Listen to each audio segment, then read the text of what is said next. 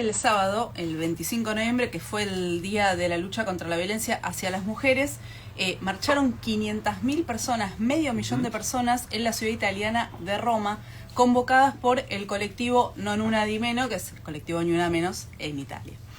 La marcha se convirtió en la primera protesta masiva opositora al gobierno de Giorgia Meloni, que asumió hace poco más de un año con un discurso súper reaccionario, prometiendo defender la familia natural, atacando al feminismo, atacando a las personas LGBT, con una agenda xenófoba muy fuerte contra los migrantes y también una agenda de ajuste fiscal. Uno de los puntos centrales de esta movilización, uno de los motores de la marcha, fue protestar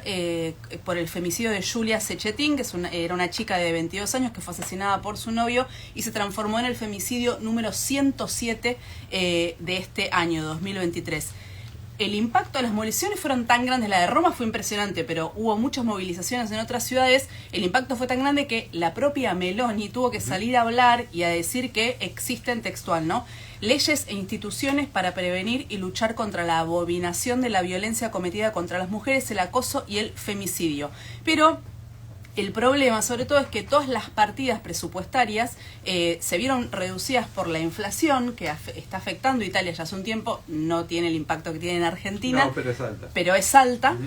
para los promedios europeos y no se ajustó ninguno de esos presupuestos justamente por el ajuste fiscal. Hasta ahora Giorgia Meloni venía teniendo como un gobierno bastante tranquilo, porque sobre todo había atacado a los sectores más débiles en cuanto a respuesta de movilización, sobre todo los migrantes, y también había apuntado al principio contra las familias homoparentales, o las familias tienen dos papás o dos mamás, obstaculizando el registro de los bebés nacidos fuera de Italia. En Italia está expresamente prohibida la maternidad subrogada, que tiene otros problemas, lo podemos charlar en otro momento, o solamente reconociendo como progenitora a la mujer gestante, en el caso de una pareja de dos mujeres. El resultado concreto es que esos bebés que nacen no pueden acceder, porque no están registrados como italianos, a ningún derecho, como otros chicos italianos, a la salud pública, a una vacante en una guardería o en una escuela. Pero esta nueva, por eso, Giorgia Meloni hasta ahora venía como golpeando a sectores por separado, pero esta nueva agenda de ajuste mezclado con la bronca, ¿no?, que también se viene amasando, empezó a cambiar un poco el clima. De hecho, se considera la marcha del 25 en el sábado pasado como una especie de segundo acto después de una seguilla de huelgas en los sectores públicos y en el sector privado, convocado por dos de las centrales más grandes, son la CGIL y la UIL, contra el presupuesto 2024, que incluye, además del ajuste fiscal, ataque directo al salario, a las jubilaciones, a la salud y a los programas sociales, al mismo tiempo que recorta los impuestos a los ricos. Me dirán, ¿por qué estoy hablando de Italia si no soy Diego Sacchi y no soy de columna internacional? Obviamente Italia es un país muy diferente a Argentina, pero creo que nos puede dar una perspectiva diferente a las cosas que se vienen discutiendo ahora,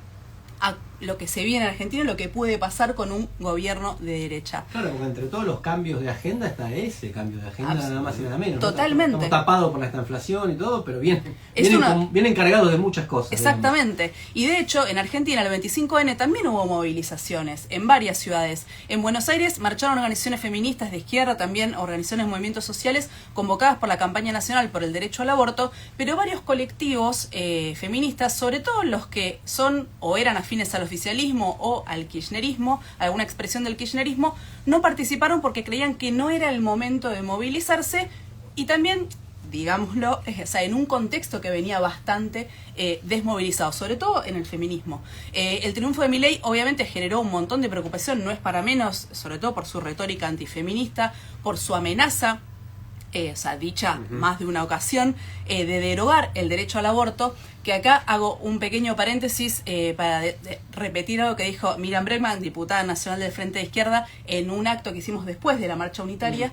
con la agrupación Pan y Rosas, que ella dijo: Milei no puede derogar el derecho al aborto solo, si no hay traidores y no hay gente que se da vuelta. Que es cierto, porque La Libertad Avanza tiene solamente 8 senadores de 72 y 38 diputados de 257. O sea que para que se derogue el aborto, es decir, para que haya una nueva ley que la reemplace, tiene que votar legisladores o legisladoras de Unión por la Patria y de Juntos por el Cambio, que lo doy casi por sentado, ¿no?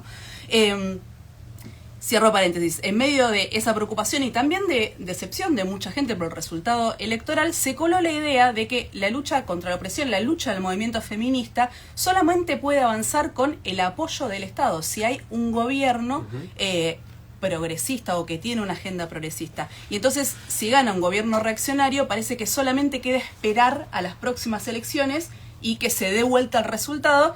Pero la verdad es que, o sea, nada en ningún lugar está escrito que sea así, y por eso traía el ejemplo italiano, porque me parece que da justamente otra perspectiva. Un resultado electoral no decreta el final de ningún movimiento y mucho menos decreta una derrota de una pelea que todavía no se dio. En Argentina, en los años que siguieron a la conquista del derecho al aborto, el mensaje que se alentó muchísimo, sobre todo desde el oficialismo, es que ya está la ley, ahora tenemos un ministerio, paso a paso se va a ir avanzando, y en los hechos, si vos hacías cualquier tipo de crítica, la respuesta era que le estabas haciendo el juego a la derecha o podías generar que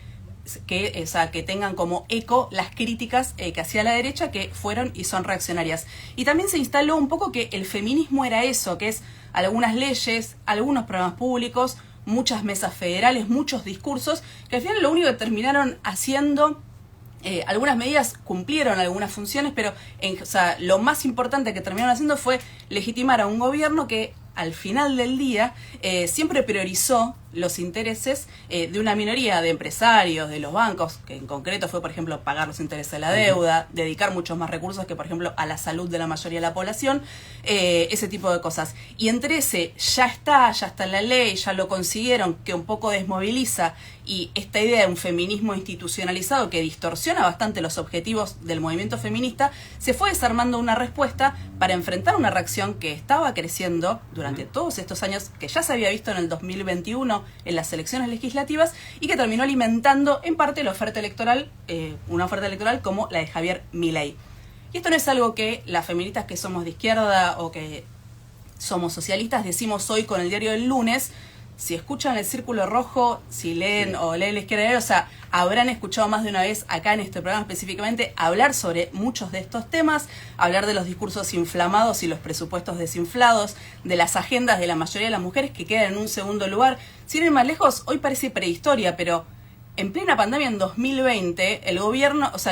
actual, el que se está yendo, al mismo tiempo que se decía feminista, estaba desalojando a mujeres que participaban de una toma de tierras, y muchas, por ejemplo, lo hacían alejándose de situaciones de violencia de género, que es la toma de tierra de Guernica en octubre de 2020. Hoy hay varios debates que siempre atravesaron al movimiento feminista que empiezan a volver a la superficie, esos debates para los que parecía que nunca era el momento adecuado, porque siempre estaban como generando un problema, desde los objetivos más generales de nuestro movimiento, de nuestra lucha, hasta cómo nos vamos a defender. Todavía hay un montón de interrogantes abiertos, de hecho el gobierno ni siquiera asumió, no se conoce ni la totalidad del gabinete, pero hay algo que es seguro, es que ningún voto y ningún discurso puede frenar un ataque ni a nuestros derechos, ni a todos los demás, porque el ataque a los derechos de las mujeres o estos discursos reaccionarios tampoco se dan de forma